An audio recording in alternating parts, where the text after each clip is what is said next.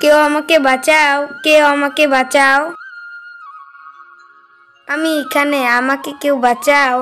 কে কে কাঁদে? এই তো আমি এখানে, একটু নিচে তাকাও। এ কি, তোমার কি হয়েছে? তুমি এভাবে কাঁদছো কেন? আমি অনেক বিপদে আছি। এখান দিয়ে রোজ একটা হাতির দল যায়। তারা ছোট ছোট গাছকে পায়ের তলায় পিষে মারে। কবে জানি আমাকেও মেরে ফেলে। তুমি আমাকে বাঁচাও, আমাকে তোমার সাথে নিয়ে চলো। ঠিক আছে, আমি তোমাকে আমার সাথে আমাদের বাড়িতে নিয়ে যাব। তুমি অনেক ভালো, সুযোগ পেলে আমিও তোমার সাহায্য করব। এরপর মিনা গাছটি তুলে নেয়। এরপর তাদের বাড়ির সামনে উঠোনে গাছটি লাগিয়ে দেয়। আহ আহ আর পারছি না, এভাবে শুয়ে শুয়ে আর ভালো লাগছে না। ডাক্তার তো ওষুধ দিয়ে গেল, তুমি চিন্তা করো না, খুব তাড়াতাড়ি তুমি সুস্থ হয়ে যাবে। বাবা, তোমার কি খুব কষ্ট হচ্ছে? আমি একটু মাথায় হাত বুলিয়ে দিই। না রে মা, আমি ঠিক আছি। এই তো দেখ, ওষুধ খাচ্ছি, ঠিক হয়ে যাব। হ্যাঁ গো, ওষুধের দোকানে তো বলে দিয়েছে ধারে আর ওষুধ দেবে না। আগের বাকি টাকা শোধ না করলে তো আর ওষুধও আনতে পারবো না। মা, তুমি একদম চিন্তা করো না, আমি গিয়ে বাবার ওষুধ নিয়ে আসবো। না রে মা, তোকে কোথাও যেতে হবে না, আমি যাচ্ছি ওষুধ নিয়ে আসতে। যে করে হোক তোর বাবার ওষুধ আজ নিয়ে আসতেই হবে।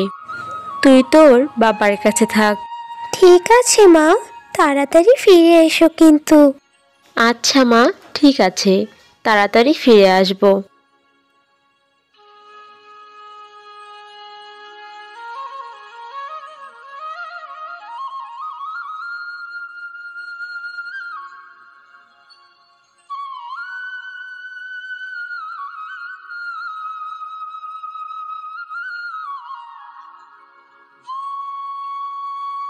কি হলো মা, বাবার জন্য ওষুধ আনতে পারলে?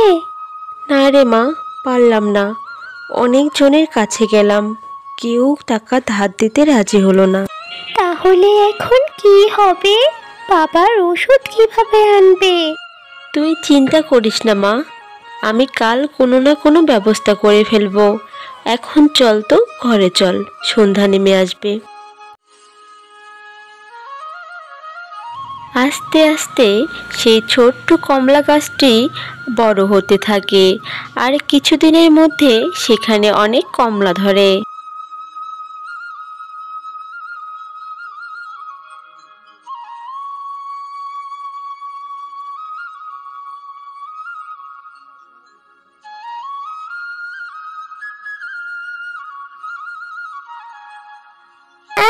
বাঁচাও বাঁচাও, পানি পানি। এ কি, তোমার কি হয়েছে? আর আমি বেশিক্ষণ বাঁচব না মনে হয়। আমার এক কঠিন অসুখ হয়েছে, তাই আমি আমার পরিবারের কাছে যাচ্ছিলাম, কিন্তু আর মনে হচ্ছে আমার পরিবারের কাছে যেতে পারবো না।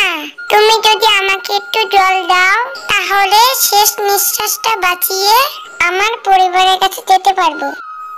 জল জল, একটু জল দাও আমাকে। আমার কাছে তো একটুও জল নেই, এখন কি করি? ঘর থেকে জল আনতে আনতে পাখিটা মরে যাবে মনে হয়। এই তো একটা উপায় পেয়েছি।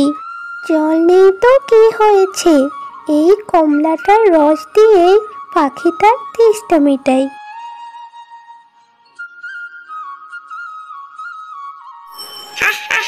আমি সুস্থ হয়ে গেছি, আমি সুস্থ হয়ে গেছি। আমার আর কোনো কষ্ট নেই, আমার রোগ সব সেরে গেছে। আমি আবার আগের মতো সুস্থ হয়ে গেছি। তোমাকে অনেক ধন্যবাদ, আমি গেলাম। কমলা গাছ, কমলা গাছ, দেখলি কি কাণ্ড হলো? কি হলো? কি কাণ্ড হয়েছে? ওই পাখিটার নাকি কঠিন রোগ হয়েছিল, আর আমি কমলার রস খাওয়ানোর সাথে সাথেই নাকি কঠিন রোগ সেরে গেল। সে আবার আগের মতন সুস্থ সবল হয়েছে। হ্যাঁ, এটাই তো হওয়ার কথা। আমার গাছের লেবু রসের গুণী। আমার গাছের লেবুগুলো সব জাদু শক্তিতে ভরা। যে কোনো কঠিন রোগ সেরে যাবে যদি কেউ এই কমলার রস খায়। তাহলে আমার বাবাও কি সেরে যাবে? হ্যাঁ, তোমার বাবাও সেরে উঠবে। আমি তোমাকে বলারই সুযোগ পাইনি। আর তুমিও তো কখনো আমাকে তোমার কষ্টের কথা বলনি তো বন্ধু। না কমলা গাছ, আমি আর তোমাকে আমার কষ্টের কথা বলতে পারি না। আমি তোমাকে বাঁচিয়েছি বলে তোমার কাছে সাহায্য চাইবো, এটা কখনো ভাবতেও পারি না। তুমি খুব ভালো মনের মানুষ বন্ধু। আমি তোমাকে খুব ভালোবাসি। তাই তোমাদের এই কষ্টের দিন এবার আমি দূর করব। তোমার বাবাও সুস্থ হবে আগের মতো। যাও বন্ধু, একটা কমলা নিয়ে তোমার বাবাকে খাইয়ে দাও।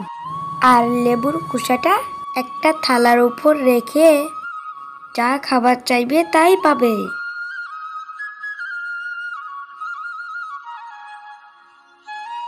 মা মা, আমি বাবাকে সুস্থ করার উপায় পেয়ে গেছি। এই দেখো। এটা তো একটা কমলা, এটা দিয়ে কি হবে? তুমি দেখোই না কি হয়।